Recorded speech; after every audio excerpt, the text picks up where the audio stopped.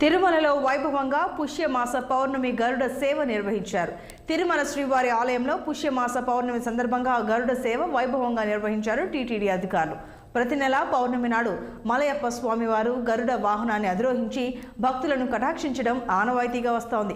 మాఘ పౌర్ణమి రాత్రి 7 గంటలకు సర్వాలంకార భూషితుడైన శ్రీ మలయప్ప స్వామివారు గరుడిపై ఆలయ మాడవీధుల్లో విహరిస్తూ భక్తులను కటాక్షించారు.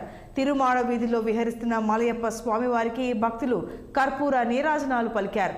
గరుడ వాహనంపై విహరిస్తున్న మలయప్ప స్వామివారి దర్శనంతో సప్తగిరులు గోవింద నామస్మరణతో మార్మోగాయి. పౌరాణిక నేపథ్యంలో 108 వైష్ణవ దివ్య దేశాలలోనూ గరుడ సేవ అత్యంత ప్రాముఖ్యతను సంతరించుకుంది. గరుడ వాహనం ద్వారా స్వామివారు దాసానుదాస ప్రపత్తికి తాను దాసుడులని తెలియజేస్తారు.